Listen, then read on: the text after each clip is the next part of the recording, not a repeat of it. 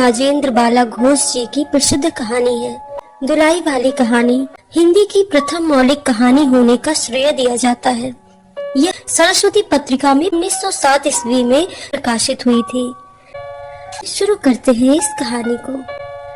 काशी जी के दशाश्वमेध घाट पर स्नान करके एक मनुष्य बड़ी व्यग्रता के साथ गोदौलियों की तरफ आ रहा था। एक हाथ में मैली सी तौलिया में लपेटी हुई भीगी धोती और दूसरे में सूरती की गोलियों की कई डिब्बियां और सूंघने की एक पुड़िया थी। उस समय दिन के 11 बजे थे। गोदौलियों की बाईं तरफ जो गली है, उसके भीतर और गली में थोड़ी दूर जाने पर एक टूटे से पुराने मकान में वह जा घुसा। मकान के पहले खंड में बहुत अंधेरा था, पर ऊपर की जगह मनुष्य के वासोपयोगी थी। नवागत मनुष्य धड़धड़ाता हुआ ऊपर चढ़ गया। वहां एक कोठरी में उसने हाथ की चीजें रख दी और सीता सीता कहकर पुकारने लगा। क्या है कहती हुई एक 10 बरस की बालिका आ खड़ी हुई। तब उस पुरुष ने कहा, सीता जरा अपनी बहन को तो बुला ला। अच्छा कहकर सीता गई और कुछ देर में एक नवीना स्त्री आकर उपस्थित हुई। उसे देखते हुए ही पुरुष ने कहा, लो हम लोगों को तो आज ही जाना होगा। इस बात को सुनकर स्त्री कुछ आश्चर्य युक्त होकर झुंझला कर बोली, आज ही जाना होगा? यह क्यों? भला आज कैसे जाना हो सकेगा? ऐसा ही था तो सवेरे भैया से कह देती। तुम तो जानते हो कि मुझसे कह दिया बस छुट्टी हुई। लड़की कभी विदा की होती तब मालूम पड़ता। आज तो किसी सूरत जाना नहीं हो सकता। तुम आज कहती हो, हमें तो अभी जाना होगा। बात यह है कि आज ही नवल किशोर कलकत्ते में आ रहे हैं। आगरे से अपनी नई बहू को भी साथ ला रहे हैं। सो उन्होंने आज ही हमें जाने के लिए इसरार किया है। हम सब लोग मुगल सराय से साथ ही इलाहाबाद चलेंगे। उनका तार मुझे घर से निकलते ही मिला। इसी से मैं झट नहा धोकर आया। बस अब करना ही क्या है, कपड़ा वपड़ा जो कुछ हो बांध बूंद कर घंटे भर में खा पी कर चली चलो। जब हम तुम्हें विदा करने आए ही हैं, तब कल के बदले आज ही सही। हाँ यह बात है, नवल जो चाहे करावे। क्या एक ही गाड़ी में ना जाने से दोस्ती में बट्टा लग जाएगा? अब तो किसी तरह रुकोगे नहीं, जरूर उनके साथ ही जाओगे, पर मेरे नागोदम आ जाएगी। क्यों? किस बात से? उनकी हंसी से। और किससे? हंसी ठट्ठा भी राह में अच्छी लगती है। उनकी हंसी मुझे अच्छी नहीं लगती है।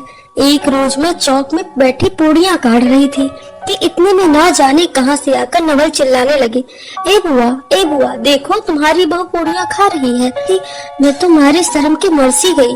हाँ भाभी जी ने बात उड़ा दी सही। वे बोली खाने दो, खाने पहनने के लिए तो आई है। पर मुझे उनकी हंसी बहुत बुरी लगी। बस इसी से तुम उनके साथ नहीं जाना चाहती? अच्छा चलो, मैं नवल से कह दूंगा कि यह बेचारी कभी रोटी तक नहीं खाती, तो पूरी क्यों खाने लगी। इतना कहकर वंशीधर कोठरी के बाहर चले गए और बोले, मैं तुम्हारे भैया के पास जाता हूँ, तुम रो रुलाकर तैयार हो जाना। इतना सुनते ही जानकी देवी की आंखें भर आई और आषाढ़ सावन की जैसी झड़ी लग गई। वंशीधर इलाहाबाद के रहने वाले हैं। बनारस में ससुराल है। स्त्री को विदा कराने आए हैं। ससुराल में एक साली और सास के सिवा और कोई नहीं है। नवल किशोर इनके दूर के नाते में ममेरे भाई हैं, पर दोनों में मित्रता का ख्याल अधिक है। दोनों एक जान दो कालिब हैं। उसी दिन बंसीधर का जाना स्थित हो गया। सीता बहन के संग जाने के लिए रोने लगी। माँ रोती धोती लड़की की विदा की सामग्री इकट्ठा करने लगी। जानकी देवी भी रोते रोते तैयार होने लगी। कोई चीज भूलने पर धीमे से माँ को याद भी दिलाती गई। 1 बजने पर स्टेशन जाने का समय आया। अब गाड़ी या इक्का लाने कौन जाए? ससुराल वालों की अवस्था अब आगे किसी नहीं है कि 2-4 नौकर चाकर हर समय बने रहे। सीता के बाप के न रहने से काम बिगड़ गया। पैसे वाले के यहाँ नौकर चाकरों के सिवा और भी 2-4 खुशामदी घेरे रहते हैं। छूछे को कौन पूछे। एक कहारिन है, सो भी इस समय कहीं गई है। सोले राम की तबीयत अच्छी नहीं है। वे हर घड़ी बिछौने की बातें करती हैं। इस पर भी आप कहने लगे, मैं ही धीरे धीरे जाकर कोई सवारी लिए आता हूँ, नजदीक तो है ही। वंशीधर बोले, नहीं तुम क्यों तकलीफ करोगे, मैं ही जाता हूँ। जाते जाते बंसीधर विचारने लगे कि इक्के की सवारी तो भले घर की स्त्रियों के बैठने लायक नहीं होती, क्योंकि एक तो इतने ऊंचे पर चढ़ना पड़ता है, दूसरे पराये पुरुष के संग एक साथ ही बैठना पड़ता है। मैं एक पालकी गाड़ी की व्यवस्था कर लूंगा। उसमें सब तरह का आराम रहता है। पर जब गाड़ी वाले ने 1.5 रुपया किराया मांगा, तब वंशीधर ने कहा, चलो इक्का ही सही, पहुंचने से काम है। कुछ नवल किशोर तो यहाँ से साथ है नहीं, इलाहाबाद में देखा जाएगा। वंशीधर इक्का ले आए और जो कुछ असबाब था इक्के पर रखकर आप भी बैठ गए। जानकी देवी रोती हुई इक्के पर जा बैठी। पर इस अस्थिर संसार में स्थिरता कहाँ, यहाँ कुछ भी स्थिर नहीं। इक्का जैसे जैसे आगे बढ़ता गया, वैसे जानकी देवी की रुलाई भी कम होती गई। सिकरौल के स्टेशन के पास पहुँचते पहुँचते जानकी अपनी आंखें अच्छी तरह पहुँच चुकी थी। दोनों चुपचाप चले जा रहे थे कि अचानक वंशीधर की नजर अपनी धोती पर पड़ी। अरे, एक बात तो हम भूल ही गए, कहकर पछता से उठे। इक्के वाले के कान बचाकर जानकी जी ने पूछा, क्या हुआ, क्या कोई जरूरी चीज भूल गए हो? नहीं, एक देसी धोती पहनकर आना था, सो भूल कर विलायती ही पहन आए। नवल कट्टर स्वदेशी हुए हैं ना, वे बंगालियों से भी बढ़ गए हैं। देखेंगे तो 4 सुनाए बिना ना रहेंगे। और बात भी ठीक है, नाहक विलायती चीजें मोल लेकर क्यों रुपए की बर्बादी की जाए। देसी लेने से दाम लगेगा सही, पर रहेगा तो अपने देश में ही। जानकी जरा भौहें टेढ़ी करके बोली, ओह, धोती तो धोती, पहनने से काम, क्या बुरी है क्या अच्छी। इतने में स्टेशन की कुलियों ने आ घेरा। वंशीधर एक कुली करके चले। इतने में इक्के वाले ने कहा, इधर से टिकट लेते जाइए, पुल के उस पार तो 1.5 दर्जे का टिकट मिलता है। वंशीधर फिर कर बोले, अगर मैं 1.5 दर्जे का ही टिकट लूं तो? इक्के वाला चुप ही रहा। इक्के की सवारी देखकर उसने ऐसा कहा। यह कहते हुए वंशीधर आगे बढ़ गए। यथा समय रेल पर बैठकर वंशीधर राजघाट पार करके मुगल सराय पहुँचे। वह पुल लांघ कर दूसरे प्लेटफार्म पर जा बैठे। आप नवल से मिलने की खुशी में प्लेटफार्म के इस छोर से उस छोर तक टहलते रहे। देखते ही देखते गाड़ी का धुआं दिखलाई पड़ा। मुसाफिर अपनी अपनी गठरी संभालने लगे। रेल देवी भी अपनी चाल धीमी करती हुई गंभीरता से आ खड़ी हुई। वंशीधर एक बार चलती गाड़ी में ही शुरू से आखिर तक देख गए, पर नवल का कहीं पता ही नहीं। वंशीधर फिर सब गाड़ियों को दोहरा गए, तेहरा गए, भीतर घुस घुस कर एक एक डिब्बे को देखा, किंतु नवल किशोर न मिले। अंत को आप ही खिंचला उठे और सोचने लगे कि मुझे तो वैसी चिट्ठी लिखी और आप न आया, मुझे अच्छा उल्लू बनाया। अच्छा, जाएंगे कहाँ, भेंट होने पर समझ लूंगा। सबसे अच्छी सोच तो इस बात की थी कि जानकी सुनेगी तो ताने मारेगी, पर अब सोचने का समय नहीं। रेल की बात ठहरी। वंशीधर झट गए और जानकी को लाकर जनाना गाड़ी में बिठाया। वह पूछने लगी, नवल की बहू कहाँ है? वह नहीं आए, कोई अटकाव हो गया है, कहकर आप बगल वाले कमरे में जा बैठे। टिकट तो 1.5 का था, पर 1.5 दर्जे का कमरा कलकत्ते से आने वाले मुसाफिरों से भरा था, इसीलिए 3रे दर्जे में बैठना पड़ा। जिस गाड़ी में वंशीधर बैठे थे, उसके सब कमरों में मिलाकर कुल 10-12 ही स्त्री पुरुष थे। समय पर गाड़ी छूटी। नवल की बातें और न जाने क्या अगड़ बगड़ सोचते गाड़ी स्टेशन पार करके मिर्जापुर पहुंची। मिर्जापुर में पीरराम की शिकायत शुरू हुई। उसने सुझाया कि इलाहाबाद पहुंचने में अभी देरी है। चलने की झंझट में अच्छी तरह उसकी पूजा किए बिना ही वंशीधर ने बनारस छोड़ा था, इसीलिए आप झट से प्लेटफार्म पर उतरे और पानी के बम्बे से हाथ मुंह धोकर एक खोचे वाले से थोड़ी सी ताजी पूरियां और मिठाई लेकर निराले में बैठे और उन्हें ठिकाने पहुंचाया। पीछे से जानकी की सुधाई। सोचा कि पहले पूछ लें, तब कुछ मोल लेंगे, क्योंकि स्त्रियां नटखट होती हैं। वे रेल पर खाना पसंद नहीं करती। पूछने पर वही बात हुई। तब बंसीधर लौटकर अपने कमरे में आ बैठे। यदि वे चाहते तो इस समय ड्योढ़ी में बैठ जाते, क्योंकि अब भीड़ कम हो गई थी, पर उन्होंने कहा थोड़ी देर के लिए कौन बखेड़ा करे। बंसीधर अपने कमरे में बैठे तो 2-1 मुसाफिर अधिक देख पड़े। आगे वालों में से एक उतर भी गया था। जो लोग थे सब 3रे दर्जे के योग्य जान पड़ते थे। अधिक सभ्य कोई थे तो बंसीधर ही थे। उनके कमरे के पास वाले कमरे में एक भले घर की स्त्री बैठी थी। वह बेचारी सिर से पैर तक ओढ़े, सिर झुकाए, एक हाथ लंबा घूंघट काढ़े, कपड़े की सी गठरी सी बनी हुई बैठी थी। बंसीधर ने सोचा इनके संग वाले भद्र पुरुष के आने पर इनके साथ बातचीत करके समय बितावेंगे। 1-2 करके 3री घंटी बची। तब वह स्त्री कुछ अचकचा कर थोड़ा सा मुंह खोलकर जंगले के बाहर देखने लगी। जो ही गाड़ी छूटी वह मानो कांप सी उठी। रेल का लेना देना तो हो ही गया, अब उसको किसी की क्या परवाह। वह अपनी स्वाभाविक गति से चलने लगी। प्लेटफार्म पर भीड़ थी नहीं, केवल 2-4 आदमी ही अंतिम विदाई तक खड़े थे। जब तक स्टेशन दिखाई दिया तब तक वह बेचारी सोचती ही रही, फिर अस्पष्ट स्वर से रोने लगी। उस कमरे में 3-4 प्रौढ़ा स्त्रियां जो कि ग्रामीण थी, एक जो उसके पास ही थी, कहने लगी, अरे इनकर मने तो नहीं एलन, हो देखो रोल करते हैं। दूसरी, अरे दूसर गाड़ी में बैठा हुई है। पहली, दूर बो रही, ये जनानी गाड़ी थोड़े है। दूसरी, तो हूँ भलो तो काहू, कहकर दूसरी भद्र महिला से पूछने लगी, कौन गांव उतरबू बेटा? मुझे पूरा चढ़ा हो ना। इसके जवाब में उसने कहा, सो ना सुन सकी। तब पहली बोली, हट हम पूछ लाना, हम कहाँ उतरबू हो? आए इलाहाबाद। दूसरी, इलाहाबाद कौन गांव की ही गोइया?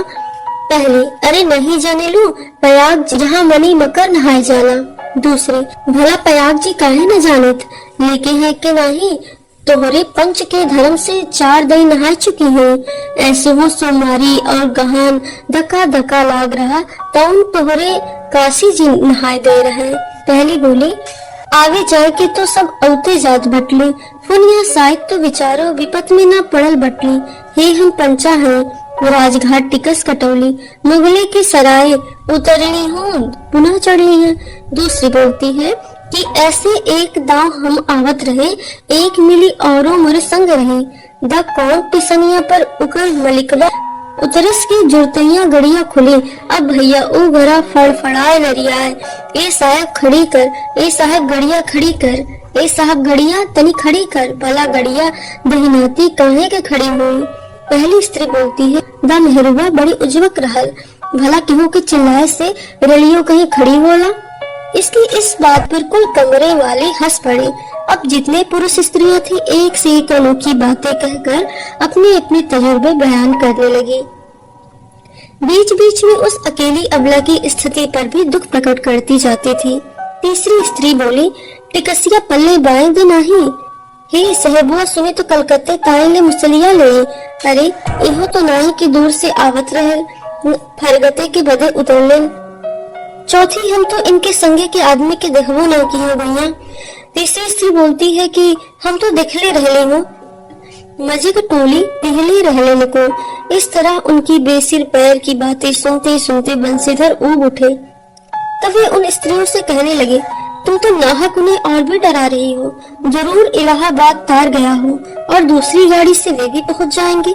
मैं भी इलाहाबाद ही जा रहा हूँ, मेरे संग भी स्त्रियां हैं।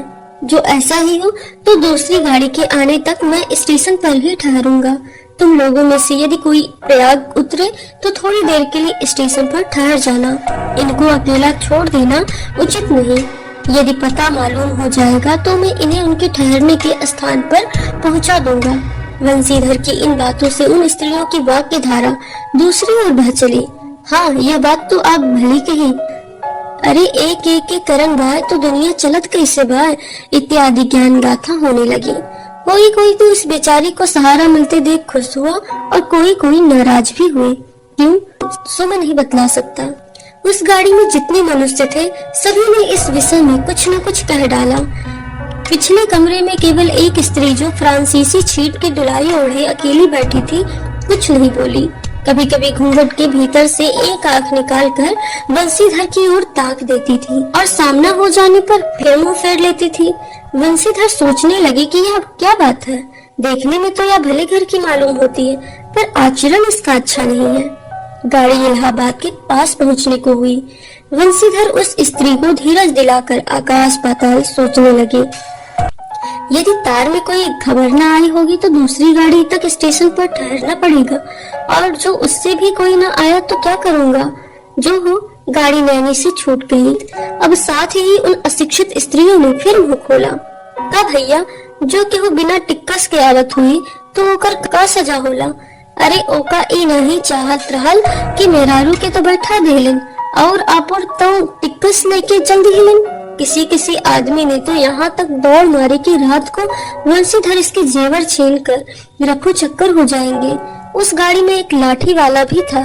उसने खुल्लम खुल्ला कहा, का बाबूजी कुछ हमरो समझा। इसकी बात पर वंशीधर क्रोध से लाल हो गए। उन्होंने इसे खूब धमकाया। उस समय तो वह चुप हो गया, पर यदि इलाहाबाद उतरता तो वंशीधर से बदला लिए बिना न रहता। वंशीधर इलाहाबाद में उतरे। एक बुढ़िया को भी वहीं उतरना था। उससे उन्होंने कहा कि उनको भी अपने संग उतार लो। फिर उस बुढ़िया को उस स्त्री के पास बैठाकर आप जानकी को उतारने गए। जानकी से सब हाल कहने पर वह बोली, अरे जाने भी दो, जिस बखेड़ी में पड़ी हूँ। पर वंशीधर ने न माना। जानकी को और उस भद्र महिला को एक ठिकाने बिठाकर आप स्टेशन मास्टर के पास गए। वंशीधर के जाते ही वह बुढ़िया, जिसे उन्होंने रखवाली के लिए छोड़ा था, किसी बहाने से भाग गई। स्टेशन मास्टर से पूछने पर मालूम हुआ कि कोई तार नहीं आया। अब तो वंशीधर बड़ी असमंजस में पड़े। टिकट के लिए बखेड़ा होगा, क्योंकि वह स्त्री बेटिकट है। लौट कर आए तो किसी को ना पाया। अरे ये सब कहाँ गई, यह कहकर चारों तरफ देखने लगे, कहीं पता नहीं लगा। इस पर वंशीधर घबराए। आज कैसी बुरी साइट में घर से निकले कि एक के बाद दूसरी आफत में फंसते चले जा रहे हैं। इतने में अपने सामने उस दुलाई वाली को आते देखा। तो ही उन स्त्रियों को कहाँ लेकर गए हैं। इतना कहना था कि दुलाई से मुंह खोलकर नवल किशोर खिलखिला उठे। अरे यह क्या, सब तुम्हारी ही करतूत है। अब मैं समझ गया, कैसा गजब तुमने किया है। ऐसी हंसी मुझे बिल्कुल अच्छी नहीं लगती। मालूम होता है कि वह तुम्हारी ही बहू थी। अच्छा, तो वे गई कहाँ हैं? वे लोग तो पालकी गाड़ी में बैठी हैं। तुम भी चलो। नहीं, मैं सब हाल सुन लूंगा तभी चलूंगा। हाँ, यह तो कहो, तुम मिर्जापुर में कहाँ से आ निकले? मिर्जापुर नहीं, मैं तो कलकत्ते से, बल्कि मुगल सराय से तुम्हारे साथ चला आ रहा हूँ। तुम जब मुगल सराय में मेरे लिए चक्कर लगाते थे, तब मैं 1.5 दर्जे में ऊपर वाले बेंच पर लेटे तुम्हारा तमाशा देख रहा था। फिर मिर्जापुर में जब तुम पेट के धंधे में लगे थे, मैं तुम्हारे पास से निकल गया, पर तुमने ना देखा। मैं तुम्हारी गाड़ी में जा बैठा, सोचा कि तुम्हारे आने पर प्रकट होऊंगा। फिर थोड़ा और देख ले, करते करते यहाँ तक नौबत पहुँची। अच्छा, अब चलो, जो हुआ उसे माफ करो। यह सुनकर बंसीधर प्रसन्न हो गए। दोनों मित्रों में बड़ी प्रेम से बातचीत होने लगी। बंसीधर बोले, मेरे ऊपर तो जो कुछ बीती सो बीती, पर वह बेचारी जो तुम्हारे से गुणवान की संग पहली ही बार रेल से आ रही थी, बहुत तंग हुई। उसे तो तुमने नाहक बुलाया, बहुत ही डर गई थी। नहीं जी, डर किस बात का था, हम तुम दोनों गाड़ी में न थे। हाँ, पर यदि मैं स्टेशन मास्टर से इंतला कर देता तो बखेड़ा खड़ा हो जाता ना। अरे तो क्या, मैं थोड़े ही गया था। 4 हाथ की दुलाई की विसाथी कितनी है। इस तरह बातचीत करते करते दोनों गाड़ी के पास आ गए। देखा तो दोनों मित्र बंधुओं में खूब हंसी हो रही थी। जानकी कह रही थी, अरे तुम जानो क्या, इन लोगों की हंसी ही होती है ऐसी। हंसी में किसी की प्राण भी निकल जाए तो इन्हें उन पर दया ना आवेगी। खैर, दोनों मित्र अपनी अपनी घरवाली को लेकर राजी खुशी घर पहुँचे और फिर मुझे भी उनकी राम कहानी लिखने से छुट्टी मिली। ये कहानी यहीं पे समाप्त होती है। धन्यवाद।